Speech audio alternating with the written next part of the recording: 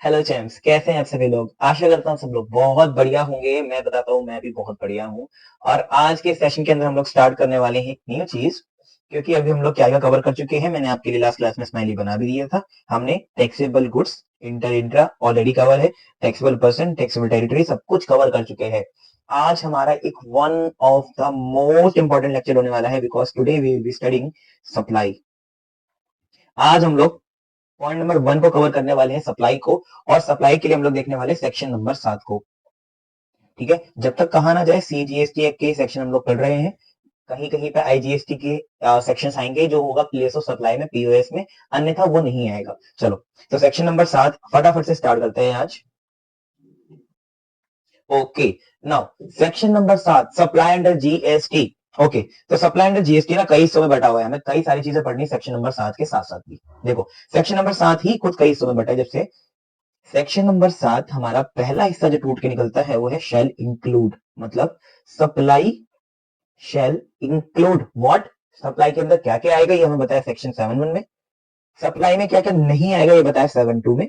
इसके साथ हमें पढ़ना पड़ेगा शेड्यूल नंबर 3। शेड्यूल नंबर 3 होगा नेगेटिव लिस्ट।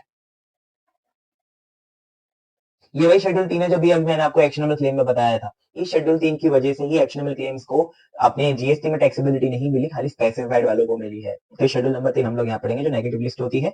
इसके बाद क्लासिफिकेशन 7(1)A में है कि एक बार हमें पता चल जाए कि वो चीज सप्लाई है, देन हम लोग देखने वाले हैं कि वो गुड्स की सप्लाई है या सर्विस की सप्लाई है। सर ये तो बहुत कॉमन सेंस वाली बात है कि गुड्स की होगी सर्विसेज की होगी तो हमें पता ही रहेगा। नहीं, गवर्नमेंट ने बोला कि ये भी हम ही आपको बताएंगे कि कौन सी सप्लाई गुड्स की है और कौन सी सप्लाई सर्विसेज की है।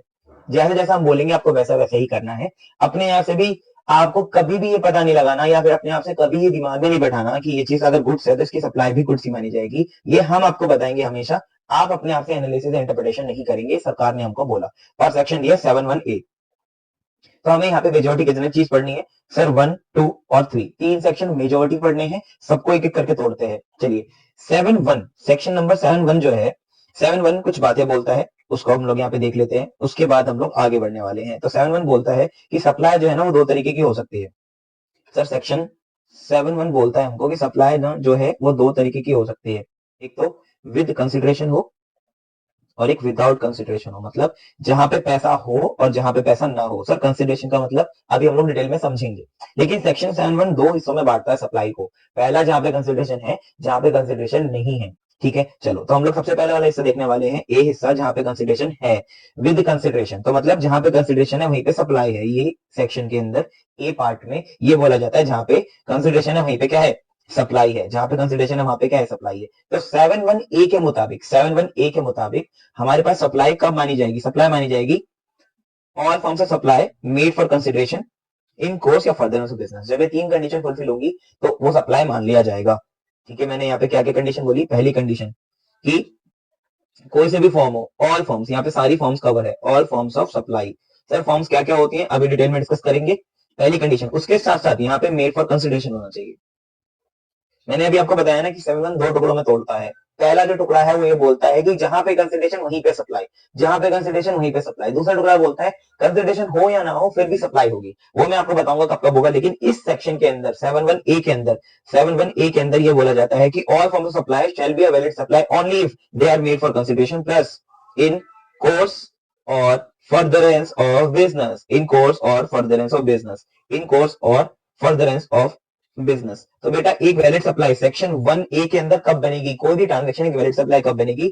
All forms of supply shall be a valid supply only if they are made for consideration and in course और फर्दरेंस ऑफ बिजनेस। ये बात आपको दोनों याद रखनी है। इन बातों का भी मैं डिटेल में भी बताऊंगा, लेकिन खैर के लिए अभी आपको ये बात याद रखनी है जो मैंने बोली है। ओके सर, अब देखते हैं ऑल फॉर्म्स ऑफ सप्लाई क्या क्या होते हैं। क्या हमें जीएसटी एक्ट ने बताया है कि ऑल फॉर्म्स ऑफ सप्लाई का क्या अर्थ है? यस सर, हमें जीएसटी एक्ट ने इसके बारे में साफ साफ शब्दों में बताया है। सेक्शन 1 के अंदर ही हम लोग ये सब बात कर रहे हैं। हम लोग क्या करते हैं, एक एक करके सारे पॉइंटर्स को समझते हैं। अब आप अपने नोट्स में आ जाएंगे, नोट्स के अंदर मैंने आपको सारी चीजें लिख के दी हैं। तो फॉर्म्स ऑफ सप्लाई के ऊपर इस चार्ट में, अभी चार्ट है हमारा जो रिवीजन वाला है, इसके ऊपर डालेंगे 1। ये वन शॉट बुक है आपके लिए। इसके अंदर आपको हर एक चीज मिलेगी। जैसे ये चैप्टर का चार्ट है, बर्ड व्यू है, तो चैप्टर से पहले बर्ड व्यू होगा, उसका पूरा का पूरा जितना भी हमारा प्रोविजन है वो सारा आगे लिखा रहेगा। उसके बाद आगे जब हम लोग चलेंगे तो हमारे पास डिटेल में, जैसे हमने यहाँ पे स्टार 1 आपके लिए ऑलरेडी लिखा हुआ है, तो आप ये स्टार 1 डालेंगे यहाँ पे फॉर्म्स ऑफ सप्लाई में। तो जब स्टार 1 डाल लेंगे तो उसकी एक्सप्लेनेशन नीचे में आपको लिखाऊंगा अलग से। ये नॉर्मल क्लास में मैंने लिखवाई थी, और यहाँ पे क्योंकि वो लिखी हुई, हम लोग ज्यादा टाइम वेस्ट ना करते हुए उसको फटाफट वहीं से कवर करने वाले हैं। तो all forms of supply, forms of supply का मतलब क्या है सर? देखो, as per section 7(1)(a), supply shall include all forms such as sale, transfer, barter, exchange, licence, rental, lease, disposal. तो बेटा आपको एक बात यहाँ पे याद रखनी है, फॉर्म्स ऑफ सप्लाई के अंदर क्या क्या चीज आ गई सर? बहुत सारी चीजें आई सर, लेकिन हम लोग फॉर्म्स ऑफ सप्लाई को याद कैसे रखेंगे? तो बेटा फॉर्म्स ऑफ सप्लाई को याद पहले मैं आपको करा देता हूँ, उसके बाद ही हम लोग इसको आगे करेंगे। तो फॉर्म्स ऑफ सप्लाई को याद करने का कोड क्या है? 3LLBD। आपको ये याद रखना है इस तरीके से। तो इसके अंदर कितनी चीजें आ गई? 1 2 3 4 5 6 7 8, 8 चीजें आती हैं फॉर्म्स ऑफ सप्लाई में। कितनी चीजें आती है बेटा? 8 चीजें। देखो यहाँ पे कहां तक है हमारे पास? ये लीज, देन लास्ट, डिस्पोजल। तो हमारे पास 8 तक है। तो आपको ये याद रखना है कि इसमें 8 चीजें आती है। पहले वो 8 चीजें याद करेंगे, उसके बाद हम लोग आगे बढ़ेंगे। तो सर मैंने यहाँ पे क्या लिखा आपके लिए? 3LLBD। ठीक है, तो पहले मैं यहाँ पे जूम आउट कर दूं, फिर मैं यहाँ पे आपको समझाता हूँ इस चीज को। चलो एक मिनट। ठीक है, अभी आपको दिखाई दे रहा है ना? ठीक है, चलो मैंने यहाँ पे आपको बताया 3LLB। तो यहाँ पे एस का मतलब क्या है? एस का मतलब है सेल, टी का मतलब ट्रांसफर, आर का मतलब रेंटल, ई का मतलब एक्सचेंज, एल का मतलब लीज, दूसरा एल का मतलब लाइसेंसिंग, ये लाइसेंस बोल लो आप, बी का मतलब बार्टर, और डी का मतलब डिस्पोजल। तो बेटा फटाफट मेरे साथ बोलेंगे, फटाफट बोलेंगे क्या क्या क्या? फॉर्म्स ऑफ सप्लाई में 7(1)(a) के अंदर, फॉर्म्स ऑफ सप्लाई में 7(1)(a) के अंदर क्या क्या चीजें आती हैं sir? All forms of supply. बेटा ऑल फॉर्म ऑफ सप्लाई क्या होती है? स्त्री, LLBD। स्त्री मतलब एस मतलब सेल्स, टी मतलब ट्रांसफर, आर का मतलब रेंटल, ई का मतलब एक्सचेंज, एल का मतलब लीज, दूसरा एल का मतलब लाइसेंस, बी का मतलब बार्टर, डी का मतलब डिस्पोजल। इसके बारे में अभी हमने समझा नहीं है, जस्ट मैंने आपको लिखवाया कि इसका कोड क्या है? स्त्री LLBD। ठीक है, स्त्री LLBD। तो आपको ये बात याद रखनी है, साथ साथ याद करते हुए भी चलना है, सो डेट ये बाद में जाके आपको प्रॉब्लम ना दे, और ऐसा ना हो कि आपको ये चीज याद ना रहे। ठीक है, तो अपने नोट्स में प्लीज अपडेट कर लेंगे ये कोड, कोड फॉर रिटेंशन। ठीक है बेटा, ये क्लास नोट्स है, या तो आप इसको अलग से लिख लीजिए, नोट्स नहीं है आपके पास। अगर नोट्स है तो प्लीज उसके ऊपर ही लिखिए। अगर प्रिंटेड फॉर्म में है, सॉफ्ट कॉपी में है, तो उसके ऊपर भी आप कहीं ना कहीं लिख सकते हैं, एनोटेट कर सकते हैं। चलिए, यहाँ पे लिखा हुआ है सबसे पहला सेल। तो हमारे पास 3LLB में सबसे पहला सेल ही तो था। तो बेटा अगर आपने सेल करी है तो वो सप्लाई मानी जाएगी, और फॉर्म ऑफ सप्लाई के अंदर उसे जोड़ा जाएगा। मतलब अगर आपने सेल करी है तो उसको हम लोग 7(1)(a) के मुताबिक ऑल फॉर्म्स ऑफ सप्लाई, जो पहली कंडीशन थी, उसके अंदर रखते हैं।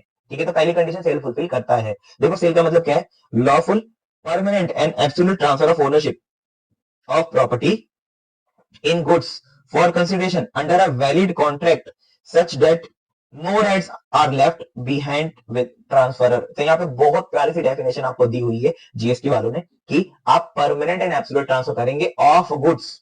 जब आप गुड्स का ट्रांसफर करेंगे, केवल जब भी उसको क्या बोला जाएगा? सेल बोला जाएगा। सर अगर मैंने सप्लाई करी है, सॉरी सप्लाई ऑफ सर्विसेज करी है, तो क्या उसको सेल बोल देंगे? नहीं, तो उसको सेल नहीं बोलेंगे। सेल केवल जब बोला जाएगा जब हम लोग गुड्स को सेल कर रहे हैं और ओनरशिप ट्रांसफर हो रही है, और इस तरह हो रही है कि हमारे पास फिर कोई भी राइट नहीं बचता। ठीक है, एग्जाम्पल देखिए, mister Sachin Singhania transfer his scooty to mister Kamal for ₹1,00,000, 10 lakh rupees. However, he kept a clause under sale agreement that if he gets better buyer, then he would sell it to him under a period of 7 days from this transfer. तो बेटा यहाँ पे क्या example था? यहाँ पे example ये था कि हमारे पास, इसको मैं काट ही ना दूं, हमारे पास एक स्कूटी थी जो हमने बेची। अब स्कूटी जो हमने बेची, तो हमने उसमें एक एग्रीमेंट में क्लॉज लिखवा दी। क्लॉज का मतलब क्या होता है? एक शर्त रखवा दी कि हम आपको बेच तो रहे हैं, लेकिन बेचने के बाद 7 दिन तक अगर हमें कोई और बायर मिल जाता है अच्छा, तो हम उसको बेच देंगे। तो फिर इसको बेटा सेल नहीं बोला जाएगा। सर क्यों नहीं बोला जाएगा? क्योंकि बेटा सेल जब होती है जब आपके पास कोई भी राइट ना बचे टाइटल को लेके after completion of the contract. यही बात यहाँ पे लिखी है, no rights are left behind with the transfer. मतलब जो प्रीवियस ओनर था उसके पास कोई भी राइट नहीं बचनी चाहिए। यहाँ तो राइट था ना कि अगर मान लो 7 दिन में दूसरा बायर मिल गया तो आज से लेके उसको बेच दिया जाएगा। फिर तो ये चीज आपको ध्यान रखनी है यहाँ पे कि ऐसा नहीं होना चाहिए। अगर ऐसा होता है तो ये सेल नहीं है फिर। ओके, और ये वैलिड कॉन्ट्रैक्ट भी होना चाहिए।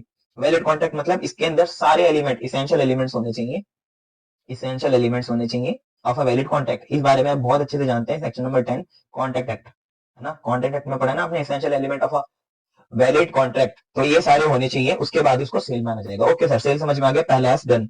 इसके बाद यहाँ पे ट्रांसफर, टी, ट्रांसफर का मतलब हो गया lawful convey property from one person to another, consent of the transfer and capacity of the transfer may not be present. अच्छा, ये बात कुछ पल्ले नहीं पड़ी सर ट्रांसफर की, एग्जांपल समझ में आएगा बेटा। देखो, ए लिमिटेड बॉट 1.5 लाख रुपए का रॉ मटेरियल ए, इन्होंने एक रॉ मटेरियल खरीदा जिसका नाम था ए, तो इसका नाम ही क्या है, ए है, रॉ मटेरियल का नाम बेटा ए है।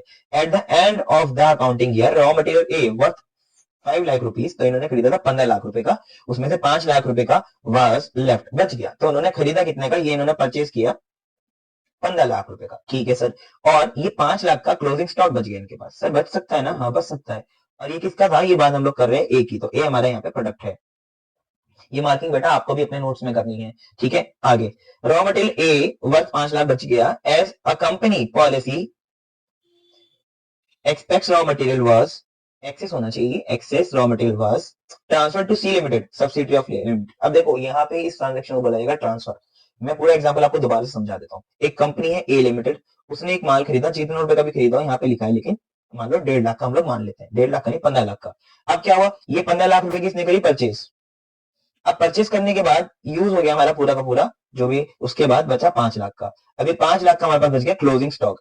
अब कंपनी की ये पॉलिसी है ए लिमिटेड की, जो भी क्लोजिंग स्टॉक बचेगा एक्सेस, वो ट्रांसफर हो जाएगा सी लिमिटेड को, जो कि सब्सिडरी है किसकी, ए लिमिटेड की। तो अब यहाँ पे इसको बोला गया ट्रांसफर। अब ट्रांसफर में यहाँ पे यही बात लिखी हुई थी कि consent of the transfer and capacity of the transfer may not be present. ये बात आपको समझ में आई कि कंसेंट का होना जरूरी यहाँ पे नहीं है, तो इस ट्रांजेक्शन को ट्रांसफर माना जाएगा। क्या ये जीएसटी में कवर है, हाँ सर ये जीएसटी में कवर है अंडर सेक्शन 71A, ये जीएसटी में कवर है। मतलब अब कोई ऐसा नहीं बोल सकता कि सर मैंने तो ये जो स्टॉक था मेरा 15 लाख का मैंने खरीदा था और फिर मैंने ट्रांसफर कर दिया, आपने बोला था कि खाली सेल के ऊपर जीएसटी लगेगा, नहीं, हमने ये भी बोला था कि ट्रांसफर के ऊपर भी लगेगा, इसलिए ट्रांसफर के ऊपर भी हम लोग जीएसटी लगाएंगे आपका, और भी अगर कंडीशन फुलफिल होती है तो। लेकिन पहले तो आपने फुलफिल कर दी कि ऑल फॉर्म्स ऑफ सप्लाई के अंदर ये आता है, ठीक है।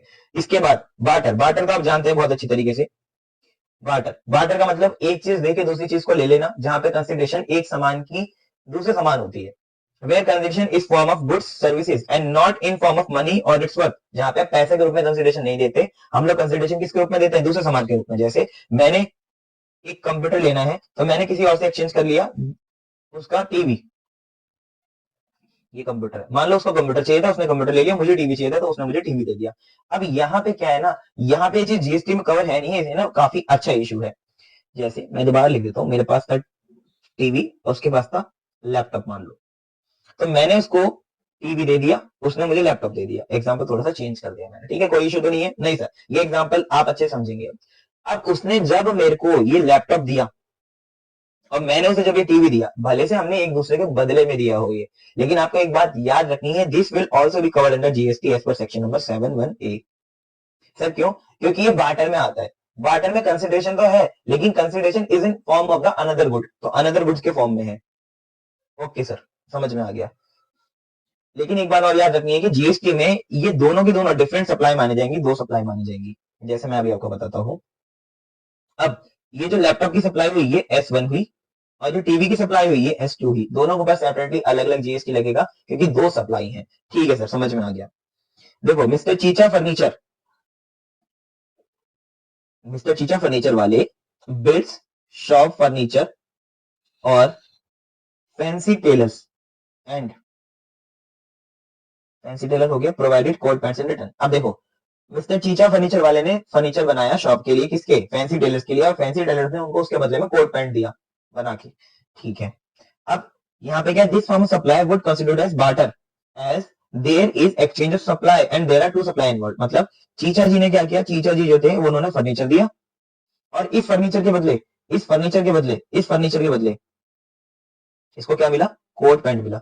सर लेकिन एक बात समझ नहीं आई, क्या बेटा आपको क्या समझ नहीं आया कि फर्नीचर तो बड़ा महंगा होता है, उसने फर्नीचर बना के दिया उसको कोट पैंट मिला, ये कैसी सप्लाई हुई, ये कैसी सर्विस हुई, मतलब ये कैसे, मतलब लॉजिकल कैसे है ये। तो बेटा फर्नीचर का रॉ मटेरियल, रॉ मटेरियल तो फैंसी टेलर्स का ही रहा होगा ना, क्योंकि यहाँ पे क्या लिखा हुआ है, बिल्ड्स, उनकी दुकान के लिए उन्होंने फर्नीचर बनाया है, उनकी दुकान के लिए फर्नीचर बनाया, मतलब खाली उन्होंने अपनी सर्विसेज फ्री में दी। तो यहां से चीचा ने क्या दिया, चीचा ने अपनी सर्विसेज दी है उनकी, और फैंसी टेलर्स वालों ने भी क्या दिया, फैंसी टेलर वालों ने भी केवल अपनी सर्विसेज दी है। कपड़ा तो बेटा चीचा नहीं दिया होगा, खाली फैंसी टेलर वालों ने कोट पैंट सिल के दिया उनको। तो सर्विस के बदले सर्विस भी बार्टर का एग्जांपल आ सकता है, सर्विस के बदले गुड्स भी आ सकता है, जैसे मान लो फैंसी टेलर का रॉ मटेरियल भी होता और कोट पैंट भी उन्होंने सिल के दिया, तो पूरा का पूरा भी कवर हो सकता है, कोई इसमें बड़ी बात नहीं है। अच्छा, यहाँ पे एक्सचेंज आ गया अगला, giving one goods services for another. Sir ये बार्टर से कैसे अलग है? देखो मैं बताता हूँ। Mister Raunak exchange old mobile with new mobile on Amazon during prime days. ये एक्सचेंज है। एक्सचेंज और बार्टर आसपास ही हैं, लेकिन एक्सचेंज और बार्टर के अंदर जनरली दो कंज्यूमर्स ही होते हैं। जनरली क्या होते हैं? बार्टर के अंदर दो कंज्यूमर होते हैं जो आपस में एक्सचेंज करते हैं, और बिजनेस भी हो सकता है जो एक्सचेंज करते हैं, लेकिन उसके अंदर पॉसिबिलिटी कम होती है बिजनेस की होने की। एक्सचेंज में क्या होता है? एक बिजनेस के साथ हमेशा एक कंज्यूमर एक्सचेंज करेगा, बिजनेस के साथ ही कंज्यूमर एक्सचेंज कर रहे हैं, जैसे यहाँ पे हो रहा है। Raunak exchange is old mobile with new mobile on Amazon. आपने देखा ना अमेजॉन पे बहुत सारे ऐसे दिन आते हैं जहां पे हम लोग अपना पुराना मोबाइल देके नया मोबाइल ले सकते हैं, तो इसको बोलते हैं एक्सचेंज। इसने क्या किया? पुराना मोबाइल दिया और नया मोबाइल लिया। हो सकता है कि उसने उसके साथ में कोई कंसिडरेशन एक्स्ट्रा भी पे करी हो सकता है ना जी सर, हो सकता है, तो ये एक्सचेंज कहलाएगा। This would constitute exchange form of supply. तो मतलब हमें समझ में आया कि बार्टर में तो बेटा, बार्टर में फुल कंसिडरेशन जो होगी वो गुड्स या सर्विसेज होगी, लेकिन एक्सचेंज के अंदर कंसिडरेशन में वो सामान प्लस कुछ मॉनेटरी कंसिडरेशन, मॉनेटरी कंसिडरेशन भी हो सकती है, क्योंकि इसने मोबाइल एक्सचेंज किया है, कुछ एडिशनल पैसा भी दिया होगा। जैसे मेरे को 50,000 का कोई मोबाइल खरीदना है, तो मैंने अपना मोबाइल एक्सचेंज कर लिया 10,000 का, 40,000 मैंने पे किया होगा। This is known as exchange and this will be covered under GST. ठीक है, ये भी हो गया हमारा। इसके बाद licence, this gives permission to enter and use property or permission to act. मतलब XYZ private limited developed Z music application and allowed it to users on subscription of 700 per month. मतलब जैसे स्पॉटिफाई है, Spotify ने एक software बनाया अपना और दूसरे लोगों को उसे यूज करने के लिए दे रहा है, जैसे बोलते हैं लाइसेंसिंग। जब आप अपनी एसेट किसी और को यूज करने के लिए देते हो, this is known as licensing on obviously consideration. तो यहाँ पे कंसिडरेशन थी 700 रुपए पर मंथ, जैसे इसने अपना सॉफ्टवेयर दिया, ऐसी स्पॉटिफाई भी हम लोगों को सॉफ्टवेयर उधार पे देता है और उसका कुछ पैसा लेता है। ठीक है, this would be treated as licence from supply, form of supply. Okay, rental, agreement to rent something or the amount of money that is paid to rent something। Okay, तो दोनों बात एक ही है। यहाँ पे बात क्या है कि आपने कोई भी अपनी प्रॉपर्टी किसी और को रेंट पे दी, तो सिंपल बात यहाँ पे रेंट ही है। डेफिनेशन थोड़ी अटपटी सी लिखी, लेकिन उसका मतलब यही है कि आपने अपनी कोई चीज अग्रीमेंट के थ्रू किसी और को रेंट कर दी। कोई भी चीज आपने किसी और को रेंट कर दी, मतलब यूज करने का अधिकार उसको दे दिया। ठीक है सर। लीज, अब लीज और रेंट दोनों भाई भाई हैं, आपको पता ही है। आर भी हमारा हो गया, लीज और रेंट भाई भाई है, लेकिन यहाँ पे क्या है? यहाँ पे अग्रीमेंट था, यहाँ पे भी अग्रीमेंट है, लेकिन यहाँ पे क्या होता है? यहाँ पे एक डिफरेंट पॉइंट है, मैं बताता हूँ क्या। टू मेक लीगल अग्रीमेंट या arrangement by which money is paid in order to use land, a building, a vehicle और a piece of equipment. The lease is more polished term, rent is minimal term. मतलब आप समझ लो कि rent legal भाषा में बोला जाए तो आजकल तो लीजिंग ज्यादा है, रेंटिंग कम। तो रेंटिंग और लीजिंग में हालांकि बहुत थिन लाइन है बीच में, लेकिन जीएसटी के पर्पज से दोनों ही कवर है, दोनों में कोई भी डिफरेंस जीएसटी में नहीं है। ठीक है, तो चाहे रेंट हो चाहे लीज हो, दोनों ही कवर है। जैसे such limited need 10 vehicles to transport its employ from their residence daily. अब मान लो एक कंपनी है सच लिमिटेड, अब इनको अपने एम्प्लॉयज को रोज उनके घर से जैसे एक एम्प्लॉय, दो एम्प्लॉय, तीन एम्प्लॉय, चार एम्प्लॉय, पांच एम्प्लॉय रहते हैं, उन सबको घर से लेके आना होता है। तो इनको चाहिए एक बस। अब ये बस इन्होंने क्या करी? ये बस इन्होंने लीज करी। क्या करी? लीज करी। इसके लिए एग्रीमेंट बना होगा। तो क्या ये लीजिंग वाली जो पेमेंट इन्होंने करी होगी किसको? उस इंसान को जिसकी ये बस है, क्या ये जीएसटी में कवर है? हाँ सर, पूरी तरह कवर है। इसके बाद डिस्पोजल आ गया, डी, बस खत्म होने वाला है। The act of getting of something specially by throwing. कोई चीज फेंक देना भी जीएसटी में है, टैक्सेबल। अरे भाई ये क्या बता रहे हो सर आप? अगर मैंने कोई चीज फेंक दी तो क्या मुझे उसके ऊपर भी जीएसटी देना पड़ेगा? Yes sir. डिस्पोजल का मतलब होता है निकाल देना। तो डिस्पोजल में बेसिकली स्क्रैप आता है। जैसे मान लो मेरी मशीन थी जो वो बहुत पुरानी हो गई, अब मैंने इस मशीन को स्क्रैप कर दिया, मतलब बेच दिया, इसका कबाड़े के रूप में बेचा इसको, तो इसके ऊपर भी जीएसटी देना पड़ेगा मुझे। भाई बहुत ज्यादा, मतलब हर चीज पे जीएसटी लगता है, आप समझो।